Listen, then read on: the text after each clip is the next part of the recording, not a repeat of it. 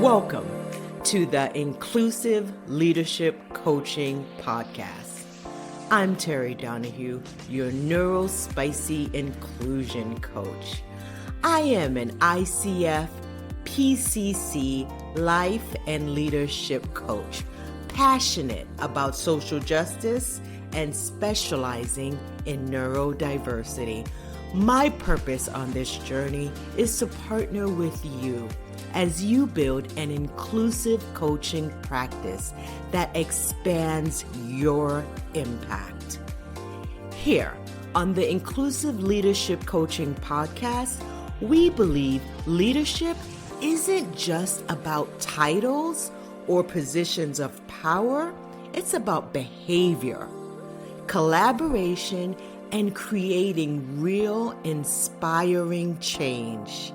So let's get to it. Hey, leaders. I'm back. And in true Terri style, I was headed in one direction for this episode, and then I pivoted. Why? Because I came across an article, a shiny new thing that lit a fire in me. It was written by Dr. Shireen Daniels. She's one of UK's leading voices on human resources and dismantling systemic racism, especially anti-Blackness inside complex organizations. She also is the best-selling author of the anti-racist organization, Dismantling Systemic Racism in the Workplace. Oh, yes, we are going there today. So why are we doing this episode? Here's the truth. Because we're struggling this climate. As a Black neurodivergent woman who coaches Black women globally, I see it every day. Black women are overwhelmed by bias, exhaustion, being pushed out of employment, and the weight of systems stacked against us. This is such a hard time in history. The globalization of racism and how connected we are today through media and politics and culture, the toxicity is impossible to escape. It's heavy, it's exhausting. And I can't stay silent about racial harm in inclusive leadership coaching, because we are all feeling this, not just Black women. Now I'm kind of wondering, coaches, when you hear the word racism, what comes to mind? Is it violence? Is it those extremists? Murders? Someone shouting racial slurs in the street? What is it? Well, you're not wrong. It's a yes and. You see, coaches, these overt images of racism are what dominates so many of our minds. We get bombarded with images of extremes, and because of our unexamined bias, we can miss subtle impacts of racism. But I'm not going to allow this to my fellow inclusive leadership coaches to be a part of this problem. What gets overlooked is everyday racial harm. This refers to small, often subtle, repeated ways racism shows up in daily life. It's not always overt discrimination, but it's up over time and affects our mental, emotional, and physical well being.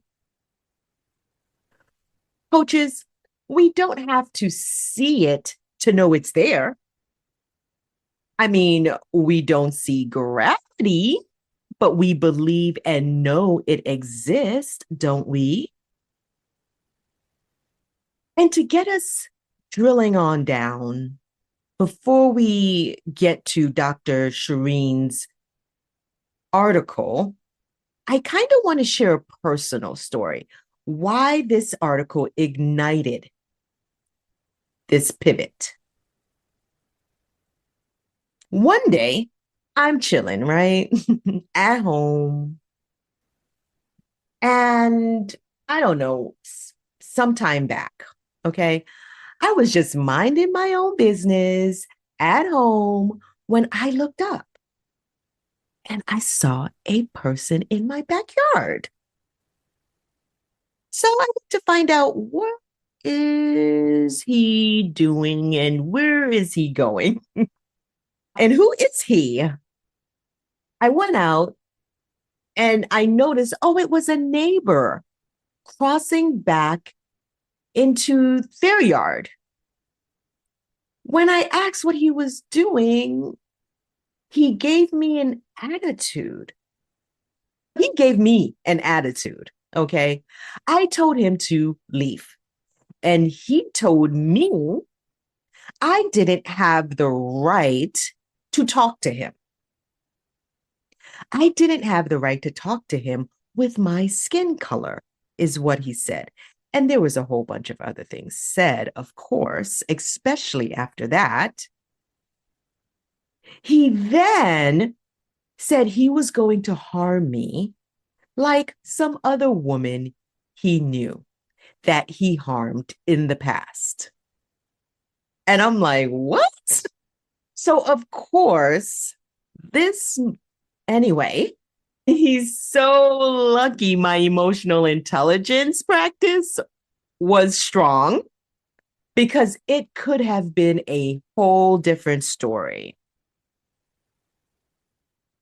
I called the police because he literally threatened my safety, right?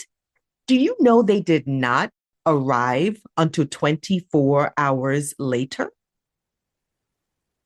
My body went through a whole bunch of emotions that my brain was not on the same page with.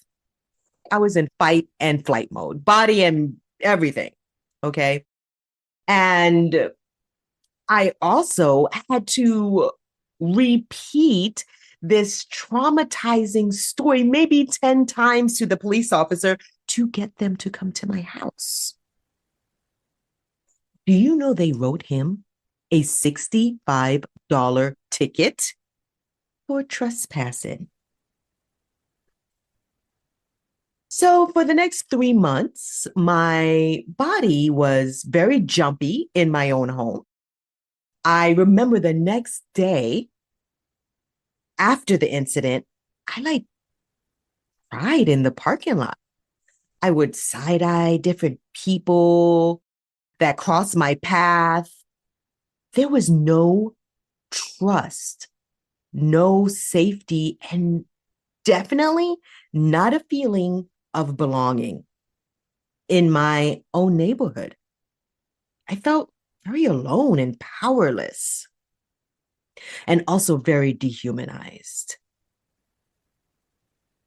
My grievances were dismissed. My case wasn't harmful enough for anyone to care about, obviously. The message I received, indirectly, loud and clear, my experience didn't matter. What mattered was the perception from those in power, the police officer.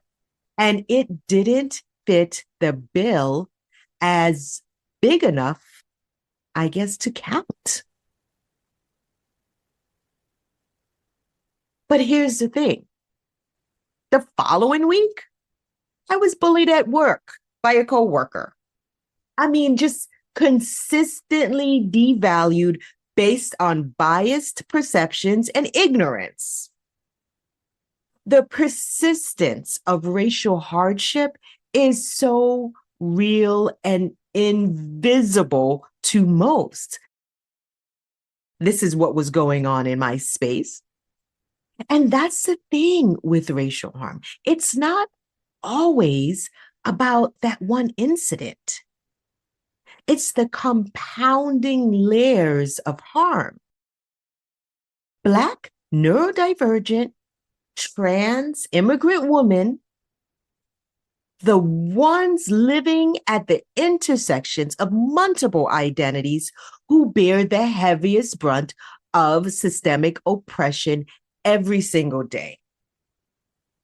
Now, I'm not trans, thank God. However, I do fit the bill for other identities. What I mean is because of my safety. Because every day, Black trans women are murdered. Every day.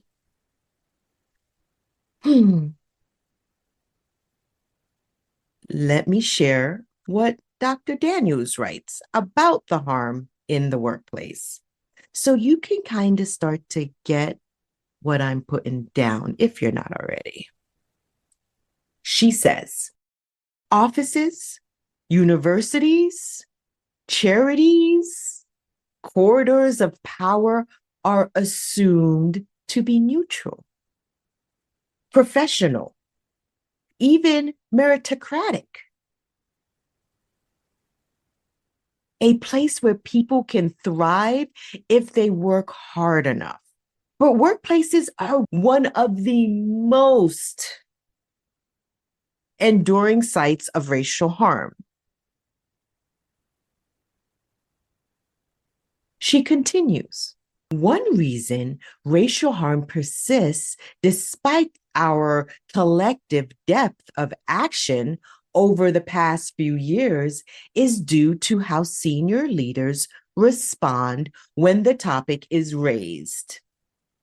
Those least impacted often hold the greatest authority to intervene. Yet, instead of turning the mirror on themselves, leaders locate the problem elsewhere in the blatant slur, the violent act, the bad apple, or even the unfortunate individual who flags, hey, something isn't right. This framing is comforting.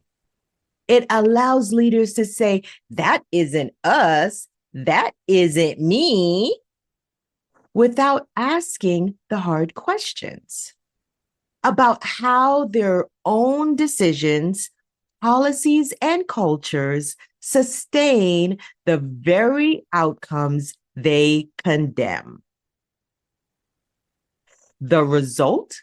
Everyday harm doesn't count. I feel like that's what happened to me. Because he didn't say maybe the N word, and he actually, I'm trying to wrap my head around it. No, it sucks. Okay? It's shit. She continues, like being overlooked for promotion, scrutinized more closely in reviews, having grievances dismissed. Leaders can believe themselves committed to fairness while presiding over systems that consistently disadvantage Black colleagues. A second corrosive dynamic is how organizations concrete experiences of racism when raised. They are framed as matters of perception. That's how they experienced it. Leaders say, as if interpretation, not the event itself, is the issue. The burden falls back on the individual to prove, justify, and re-explain, often to audiences already primed to doubt them. This is not neutrality. It is gaslighting dressed as balance. Leaders may believe they are being fair, but what they call objectivity functions as denial. It corrodes trust and signals that no matter how often racial harm is named, the organization reserves the right not to believe it. In this framing, it's not a right. It is a favor. It is extended selectively as an act of charity. So you might be asking, so what does this mean in coaching relationships? Well, we center the impact on people, not just the circumstances. When we're working with clients experiencing racial harm, we're not debating whether it happened, how it happened, or what someone might have meant by it. We're moving away from intentions to addressing the very real impact it's having on their lives, their careers, their well-being, their bodies. These strategies aren't about fixing, they're about creating trust and safety and maintaining that presence. When clients share experiences of racial harm, pause. Go into care for the body. Notice what's happening somatically. Once we've grounded ourselves and tuned into the body, we can move towards concrete ways to support our clients. These strategies aren't fixing. They're about creating trust and safety and maintaining presence. Before we move into the practical, it's important to remember that embodied awareness isn't separate from coaching. It's the foundation. From the grounded place, we can offer tools that honor both the client and ourselves. I'm going to call these Terri Tools because this is just what comes to mind for me and what I've done. For instance, tool number one would be your coaching space might be the only place your Black clients feel truly seen, supported, and empathized with. Don't underestimate the power of that. Create containers where they can process without having to prove or justify their experiences. Once safety is established, we can recognize the impact of trauma. Racial harm doesn't just hurt feelings. It impacts the body, the mind, and the nervous system. It can trigger the same psychological responses as other forms of trauma, like hypervigilance, shutdown, anxiety, exhaustion, etc. Terri tool number two. While coaches can create space for clients to notice and regulate these sensations, Deep processing can be supported by a licensed therapist. Refer out, okay? Know your limits. Referring clients when needed is part of our ethical and it is effective coaching. For myself, I did EMDR with my therapist for the racial harm that I experienced that I shared with you earlier. EMDR, if you're not familiar, oh my gosh, please, coaches, you better find out. Okay. EMDR is an acronym for eye movement desensitization and reprocessing. It is clinically validated therapy that helps process traumatic experiences, including racial trauma. I find it empowering because it helps the brain process distressing memories and reduce their emotional intensity. If you're in California, I will put my favorite past therapist, Pam's contact in the show notes. She's the one that helped me out with that. Please tell her I said hello and I sent you. Other body-centered practices like yoga, breath work, hiking. I really enjoy like really physical cardio workouts, kickboxing, and even intentional rest help process the impact of trauma and the ways it lives in our nervous system. Practical Terri tool number 4. Most goals need practical plans. When clients are dealing with workplace racial harm, we need both healing and strategy. How do they protect themselves? What documentation do they need? What documentation do they need to start taking and saving? What support systems can they build? And alongside strategy, we also need practices that nurture the heart. One of my favorites is the loving kindness meditation, which helps regulate and reconnect with self-compassion. I love this tool. And research shows that it not only increases positive emotions, but it can also shift emotional states very quickly. At its heart, this is self-compassion in action, a way to rebuild the sense of worthiness that racism and oppression so often try to erode.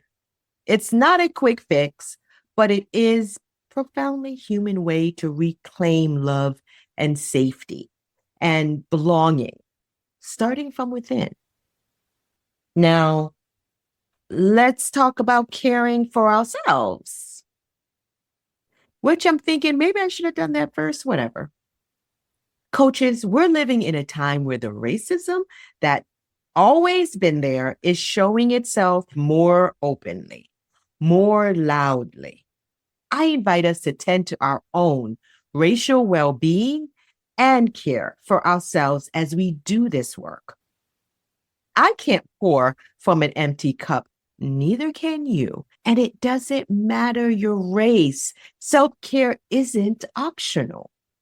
There's a powerful book, an oldie, but goodie, called My Grandmother's Hands that dig into this work. Dismantling racism is a collective effort. Yes. But it starts with us being whole enough to show up. This book explores how trauma from racism is passed down generationally, not just psychologically, but physically in both Black and white bodies. It focuses on body-centered approaches to notice, regulate, and interrupt these patterns. So check in with your own experiences on racial harm. Have you processed them yet? Do you have support?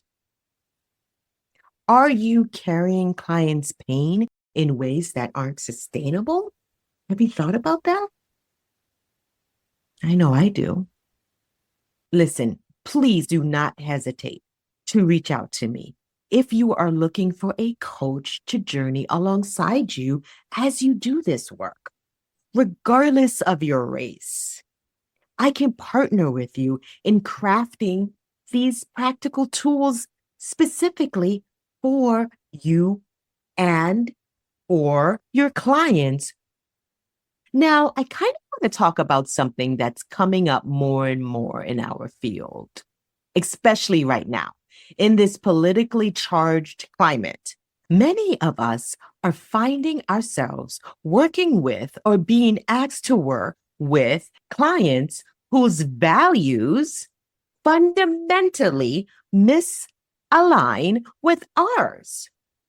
And here's what's real: political affiliation has become a primary component of identity for many people.